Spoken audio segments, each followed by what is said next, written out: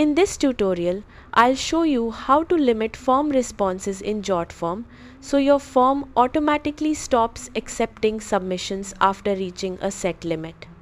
Open your browser and go to jotform.com, then sign in to your account. From your dashboard, open the form you want to limit by clicking Edit Form. If you don't have a form yet, create a new one and open it in the form builder. Once you're in the editor, click the Settings tab at the top.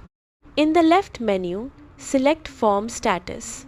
This section lets you control when your form is available and when it should stop accepting submissions. Enable the submission limit option, then enter the maximum number of responses you want your form to accept. You can also customize the message that visitors will see after the submission limit has been reached. This is useful if you want to let people know that registration is full or provide alternative instructions. After you've finished configuring the settings, click Save to apply your changes. Your form will now automatically stop accepting new submissions once it reaches the response limit you've set. That's how to limit form responses in Jotform. Thanks for watching.